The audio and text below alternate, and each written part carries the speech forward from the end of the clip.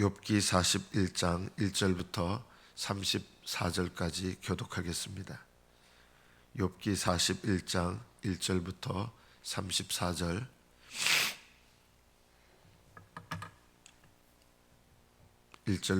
교독합니다.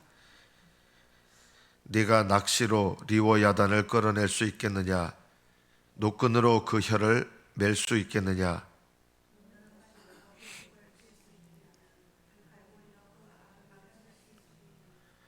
그것이 어찌 내게 계속하여 간청하겠느냐? 부드럽게 내게 말하겠느냐?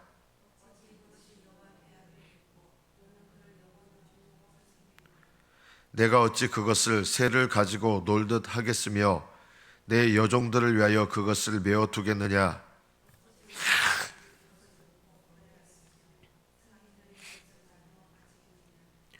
내가 능히 많은 창으로 그 가죽을 찌르거나 작사를 그 머리에 꽂을 수 있겠느냐?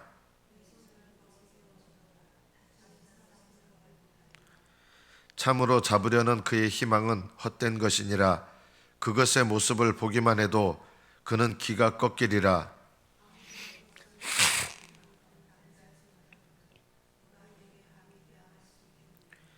누가 먼저 내게 주고 나로 하여금 갚게 하겠느냐? 온 천하에 있는 것이 다 내 것이니라.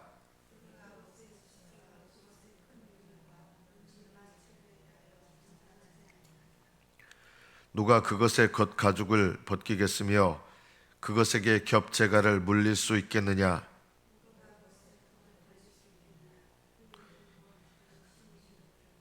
그의 질비한 비늘은 그의 자랑이로다. 튼튼하게 봉인하듯이 닫혀 있구나.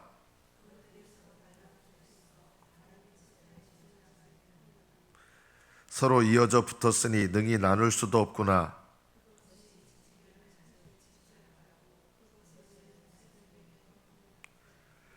그것의 입에서는 횃불이 나오고 불꽃이 튀어나오며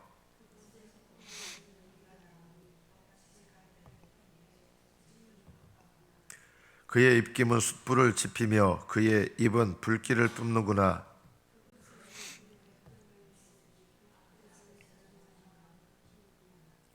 그것의 살껍질은 서로 밀착되어 탄탄하며 움직이지 않는구나.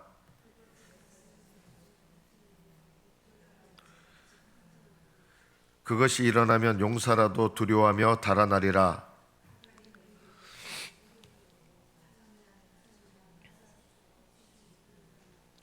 그것이 쇠를 지푸라기같이 놋을 썩은 나무같이 여기니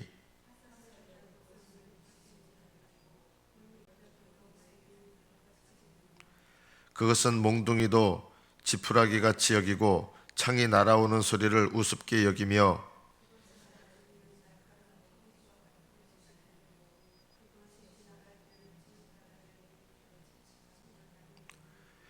깊은 물을 솥에 물을 끓임 같게 하며 바다를 기름병같이 다루는도다.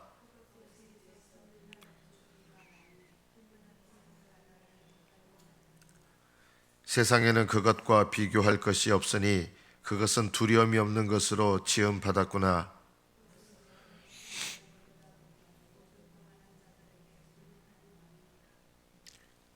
여기까지 받들어 읽겠습니다. 하나님께서 욥에게 마지막으로 두 동물을 이야기하셨습니다. 첫 번째 나오는 동물은 베헤못이라고 하는 동물인데 예전 성경에는 하마라고 번역이 됐습니다. 많은 하마 일리가 없습니다. 그건 완전히 잘못된 번역입니다. 어떤 동물이냐 잘 모릅니다. 그래서 베헤못이라고 그냥 그대로 하는 게 좋은 것 같습니다. 지상에서 가장 큰 동물이었던 것 같습니다. 오늘 나오는 이 리워야단은 물 속에 있는 동물들 중에 가장 큰 동물인 것 같습니다. 어떤 분들은 악어, 예전에는 악어라고 번역을 했는데 이것도 악어 일리가 없습니다. 얼마나 이게 큰지 창을 던져서 찌를 생각도 안 난다는데 악어는 창을 찌르면 한 방 맞으면 죽거든요. 악어 일리가 없습니다. 아마 가장 가까운 동물은 고래겠죠. 고래. 근데 고래라고 확신할 수는 없습니다. 그래서 그냥 리워야단, 원래 말 그대로 원문 그대로 리워야단으로 번역해도 이게 더 나을 것 같습니다. 어떤 분들은 리워야단이 공룡이다라고 하시는데 저는 그렇게 생각하지 않습니다. 욥 당시에 있었던 지상에서 가장 큰 동물, 또 욥이 알고 있었던 동물들 중에서 지상에서 가장 큰 동물이 베헤못이었을 거고, 물속에서 사는 동물들 중에 가장 큰 것이 이 리워야단이었을 것이다. 이 리워야단을 왜 말씀하실까요? 베헤못하고 리워야단하고요. 아주 가장 큰 동물을 이야기하면서 그 전에 뭐 들나귀, 들소, 또 사람의 말을 듣지 않는 동물들, 독수리 이런 얘기를 하면서 하나님께서는 간접적으로 우리에게 우리 속에 있는 여러 가지 그 죄성에 나타나는 모습들, 교만한 모습들을 말씀하신 거거든요. 이 베헤못과 리워야단은 이런 교만한 행실들의 근원이 되는, 어떻게 보면 좀 죄의 근원이 되는 부분이라고 할 수 있습니다. 우리 안에 여러 가지 교만한 모습들이, 뭐 말의 모습으로, 싸움을 좋아하는 말의 모습으로, 피를 빨 것을 살면서 높은 데서 이렇게 눈으로 내려다보는 독수리의 모습으로 이렇게 말씀하셨지만, 이 모든 죄들의 근원이 되는 죄가 있죠. 육지에 사는 동물들 중에 가장 큰 베헤못은 우리의 삶을 통해서 나타나는 이 죄성이라고 할 수 있고요. 이 물에서 사는 이 리워야단은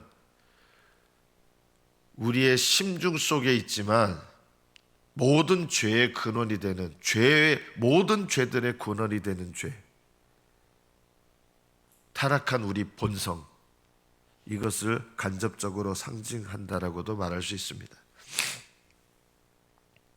이 리워야단은 어느 정도냐? 그것이 어찌 내게 계속하여 간청하겠느냐. 3절, 부드럽게 너에게 말하겠느냐. 그것이 어찌 너와 계약을 맺고 너는 그를 영원히 종으로 삼겠느냐. 이게 우리의 이성으로 터치가 되는 게 아니에요. 우리 죄성이요. 우리 안에 다 리워야단이 있습니다. 내 이성으로, 내 능력으로, 내가 제어하려고 하는 힘으로 제어가 안 되는 내 속에 있는 리워야단, 이게 타락한 본성, 아직도 남아있는 또 육신, 태어날 때부터 우리가 하나님 앞에 갖고 있는 타락한 본성은 어떤 의미에서 보면 리워야단이라고 할 수 있고요. 이 타락한 본성에서 나오는 육신성, 이거는 베헤못이라고 할 수 있습니다. 하늘나라 가는 그날까지 우리는 이 베헤못과 리워야단과 싸워야 됩니다. 주님은 이미 우리의 죄를 용서하셨습니다. 용서하셨다고 하지만 우리 안에 남아 있어요. 원죄로 인하여 우리를 심판하지 않습니다. 어떤 의미에서 보면 리워야단은 원죄입니다. 이 원죄는 용서하셨지만 없어진 것이 아닙니다. 우리 안에 죄된 본성으로 남아있어서 모든 우리의 마음과 입과 행실로 범하는 죄들의 근원이 되는 것입니다. 리워야단은 계약을 맺지 않는다 그랬습니다. 종으로 삼을 수가 없다는 것입니다. 리워야단은요, 우리 힘으로 통제가 안 됩니다. 죄성은요, 여러분의 죄성이 여러분의 결심으로 통제가 된다고 생각하십니까? 안 됩니다. 그거 아직 모르는 거예요. 몰라서 그런 거예요. 하나님 앞에 성령 안에서 죄와 싸우려고 하시는 분들은 내 안에 있는 리워야단이 얼마나 강력한지, 얼마나 큰지 아는데, 죄와 싸우지 않으시는 분들은 내 안에 베헤못과 리워야단이 있다는 것을 전혀 느끼지 못합니다. 그래서 그냥 끊임없이 독수리가 날고 말이 달리고 들나귀가 돌아다니고, 이런 죄들과 하나님 앞에 회개하며 싸우다 보면 우리 안에 오호라 나는 곤고한 사람이로다. 이 사망의 몸에서 누가 나를 건져낼고. 사도 바울조차 이렇게 탄식할 수밖에 없는 우리 안의 베헤못과 리워야단을 경험하게 됩니다. 우리 힘으로 제어가 안 됩니다. 그것이 격동할 때 우리 힘으로 메어 둘 수가 없습니다. 계약을 맺지 않는다는 것입니다. 계약을 맺지 않는다는 말은 우리 평생에 걸쳐서 하늘나라 가는 그날까지 우리의 이 죄성은 없어지지 않습니다. 그리고 우리의 말을 듣지도 않습니다. 우리 안에 있는 내 모습이에요. 죄성, 타락한 죄성, 용서받았지만 원죄가 남아있고 또 원죄로 말미암는 육신이 남아있습니다. 우리의 몸은 사도 바울의 말에 의하면 죄의 몸이라고 했습니다. 죄가 거합니다. 아직도 우리가 연약한 육신, 죄가 역사하는 육신을 갖고 있기 때문에 죄가 역사할 수 있고 머무를 수 있고 죄가 사용할 수 있는, 그래서 우리 몸을 죄의 몸이라고 했습니다. 어떤 면에서 보면 이 죄의 몸은 밖으로 드러나는 부분이기 때문에 베헤못입니다. 죄의 몸이 베헤못입니다. 원죄는 리워야단입니다. 이 리워야단에 대해서 계속 하나님께서 말씀하십니다. 12절에 보면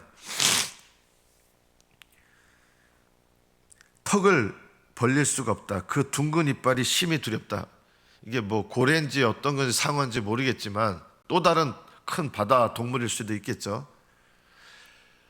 입이 얼마나 큰데 그 큰 입에 이 둥근 이빨이 있다는 거예요. 너무 강력해서 그 턱을 내 힘으로 벌릴 수도 없고 두렵다는 거예요. 그리고 질비한 비늘은 그의 자랑인데 이게 창을 찔러도 들어가지가 않는 거예요. 서로 이어져, 이게 가죽이 너무 탄탄한 거예요.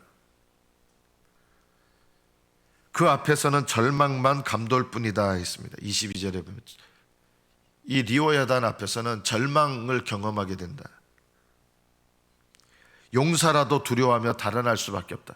아무리 강력한 결심을 해도요, 여러분 원죄를 이기는 게 아닙니다. 그럼 어떻게 해야 됩니까? 우리는 비로소 나의 연약함과 죄를 이기는 나의 무력함을 깨달아야 할 때야 비로소 성령님을 진정으로 의지합니다. 원죄는요, 우리의 결심과 힘과 경험으로 결코 극복되지 않습니다. 내 힘으로 극복되는 거라면 주님께서 십자가에서 죽으실 이유도 없으셨습니다. 또 이 리워야단은 우리의 삶에 낙심하게 하고 절망하게 하는 시험의 모습으로 찾아오는 것이라고도 할 수 있습니다. 하나님은 이 리워야단에 대해서 실제적으로 아마 욥이 알고 있었을 동물인데 이렇게 큰 동물에 대해서 네가 싸울 생각이 나겠느냐. 그런데 하물며 이 동물을 창조하신 하나님은 얼마나 지극히 크시고 한데 네가 나에 대해서 다투려고 하느냐. 욥에게 리워야단이 제일 큰 동물인데 리워야단하고는 싸울 생각을 안 하는데 지금 욥의 모습이 하나님과 싸우려고 하는 거예요. 하나님께 원망하고 불평하고 자기 의를 의지하면서 내가 뭘 잘못했습니까? 이런 마음이에요. 하나님은 욥에게 이 리워야단을 통해서 하나님을 대항하고 있는 욥의 모습을 책망하시는 거예요. 사랑으로. 그리고 우리에게는 우리도 또 욥보다 더 하겠죠. 조그마한 시험이 일어나면 우리는 어떤 마음을 갖습니까? 하나님, 이해가 안 됩니다. 하나님, 왜 내 삶에 이런 일이 일어나야 되는지 이해가 안 됩니다. 우리는 하나님 앞에 이런 말들을 얼마나 화살처럼 내뱉습니까? 하나님께서 허락하신 시험에 대해서 하나님은 100% 오르시다고 하지만 우리는 머리로만 그렇고 실제로 조그마한 내가 견디기 힘든 어떤 일들, 심지어 내가 누구한테 모욕당하는 일들, 내가 기분 나빠하는 일들만 일어나면 우리는 금방 머리는 100% 오르신 하나님 하지만 벌써 우리의 입술과 마음은 뭐라고 얘기합니까? 하나님, 왜 내가 이런 일 겪어야 됩니까? 왜 내가 이런 일을 겪어야 됩니까? 이 말 속에 뭐가 있는지 아십니까? 왜 이런 일을 허락하신 거예요, 하나님? 왜 하나님 이런 일을 섭리하신 거예요? 이런 일을 나에게 허락하시면 안 되죠, 하나님. 이런 마음인 거예요. 우리의 삶 속에서 내가 감당할 수 없는 시험과 환난 가운데서, 고난 가운데서 원망하는 마음이 들 때 우리의 마음속에, 이 깊은 마음속에 뭐가 있는지 아십니까? 리워야단이 있는 거예요. 하나님을 향하여 원수같이 대항하는 우리의 마음이 있습니다. 안 죽어집니다. 26절부터 보면 칼이 그에게 꽂혀도 소용이 없고 창이나 투창이나 화살촉도 꽂히지 못한다. 둔한 마음이죠. 어떤 공격을 받아도 하나님께서 깨달으라고 시험을 줘도 못 깨달아요. 이게 화살을 쏴도 안 들어간다는 거예요. 창으로 해도 소용이 없다는 거예요. 투창을 던져도 화살촉도 꽂히질 못한다는 거예요. 워낙 단단하고 그 가죽이 튼튼해서 우리 속에 있는 이 원죄의 모습, 죄성의 모습이 어떠냐, 이 모습인 거예요. 너무 나에 대해서 비관적으로 생각하는 거 아닙니까? 그거는 아직 내 안에 있는 나의 죄성을 경험을 못 해봐서 그런 거예요. 정말 질기고, 하나님께서 구약시대 성막에는 지성소와 성소를 가르는 이 성막이 있었죠. 휘장. 이 휘장이 정말 질깁니다. 하나님께서 예수님 십자가에 달려 돌아가시는 그 순간에 성전에 있던 이 성막 휘장을 위에서부터 아래까지 찢어 놓으셨습니다. 사람의 힘으로 안 찢어집니다. 여러 실로, 여러 가지 청색, 화색, 자색 실로 꼬아 만든 거기 때문에 찢어질 수가 없는 건데 하나님이 찢어 놓으신 거예요. 하나님이 찢으셔야 찢어지는 거예요.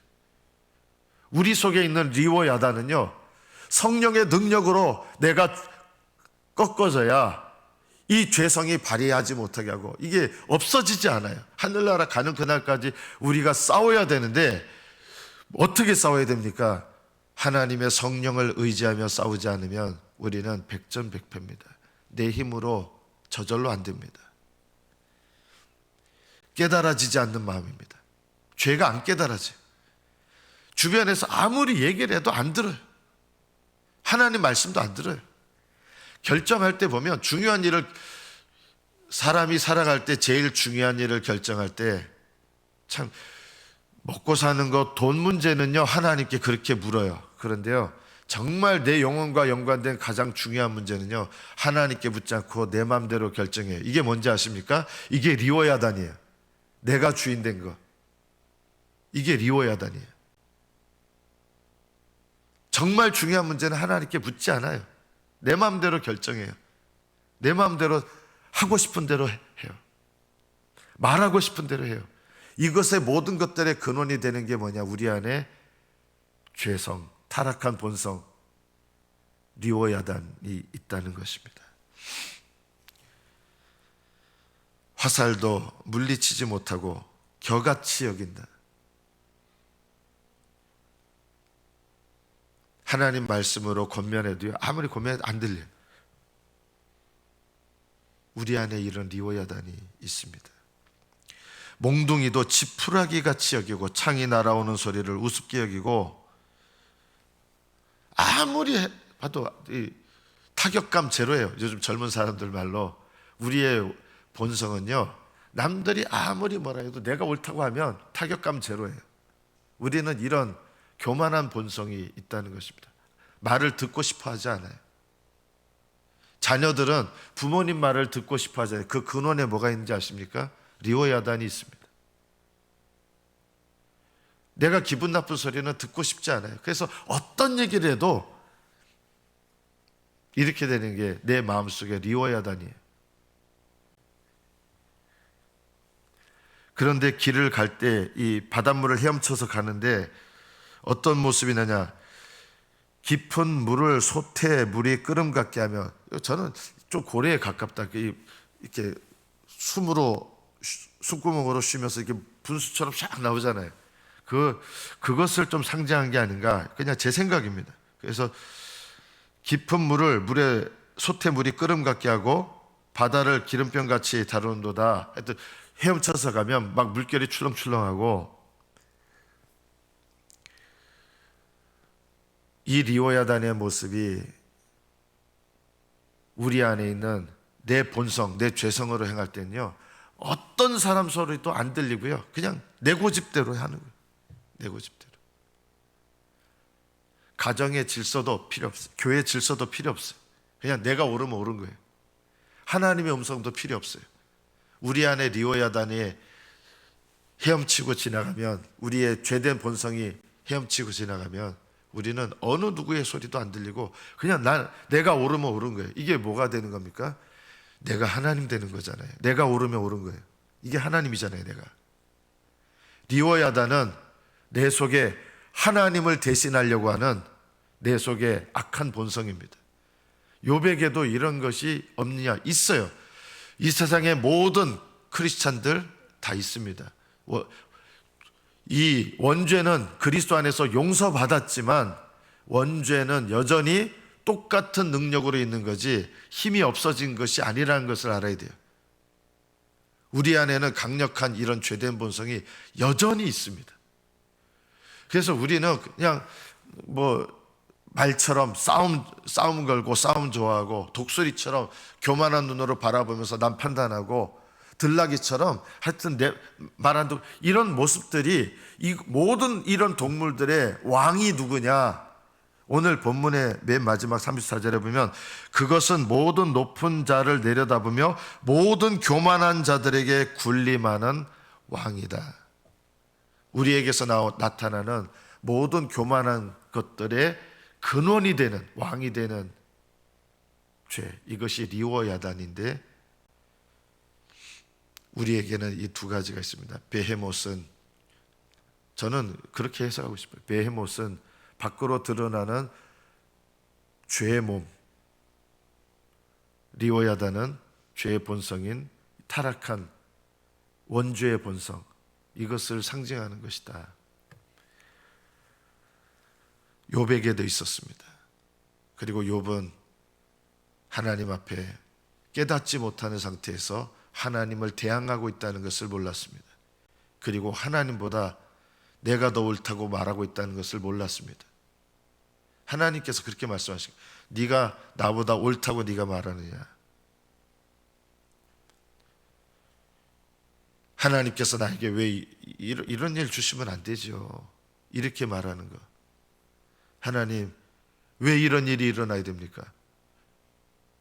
그거 어떻게 보면 하나님께 묻는 것 같지만 하나님께 따지는 거잖아요. 여러분이 기도하실 때 애통하는 것도 잘 살펴보십시오. 애통하는 거는요, 내 죄를 깨닫고 내 죄에 대해서 슬퍼하고 미워하고 그런 마음 가운데서 슬퍼하며 주님께 고백하면 애통해요. 그런데요, 우리 삶 속에서 일어나는 일 때문에 막 짜증이 나서 막 애통하는데, 그거는 성경이 말하는 애통이 아니라 하나님 앞에 짜증 부리는 거예요. 내가 애통이라고 생각하는 거, 우리 가정에, 내 삶에, 또 교회에 일어난 어떤 일 때문에 막 짜증이 나가지고 그 짜증난 거를 막 이렇게 표현하면요, 이거는요 애통이 아니고 하나님 앞에 짜증 부리는 거예요. 직장에서, 여러분 가정에서, 부부끼리도 이제 남편 말해가지고 하나님 왜 남편, 사실은 이건 애통이 아니고 그냥 하나님께 짜증을 막 내는 거예요. 짜증 내는 거를 애통이라고 얘기하면 안 돼요. 애통은 하나님 앞에 내 죄를 깨닫고 그 죄를 미워하고 슬퍼하고 그 죄를 버리려고 하는 마음으로 하나님 앞에 겸손하게 낮아져서 나의 죄됨을 깨닫고 하나님 앞에 겸손히 슬퍼하며 하나님의 도우심과 긍휼하심을 구하는 것, 이것이 바로 진짜 애통입니다. 우리 안에는 베헤못과 리오야단이 있습니다. 이 죄의 몸은 하늘나라 가는 그날까지 우리의 삶에 늘 있습니다. 그리고 죄가 거합니다. 죄의 몸, 연약한 몸을 갖고 있기 때문에 핑계대면 안 됩니다. 우리는 연약한 몸을 갖고 있다고 핑계하면 안 되고, 이 죄는 내 죄입니다. 아담의 죄가 원죄가 아니라 아담의 죄가 내 죄가 되는 게 원죄입니다. 아담의 죄는 내 죄가 안 됩니다. 아담의 죄는 아담의 죄고요, 아담의 죄가 내 죄가 되는 게 원죄지. 그래서 선악과 따먹은 거는 내 죄예요. 내 죄가 된 거예요. 내게 된 거예요. 그 이후에 아담의 모든 죄는 우리와 전혀 상관없습니다. 아담의 죄는 아담의 죄예요. 원죄는 내 죄입니다. 아담의 죄가 원죄가 아니라 내 죄가 원죄입니다. 원죄는 나의 모습입니다. 죄된 나의 모습입니다. 내 안에 베헤못과 리워야단이 있습니다.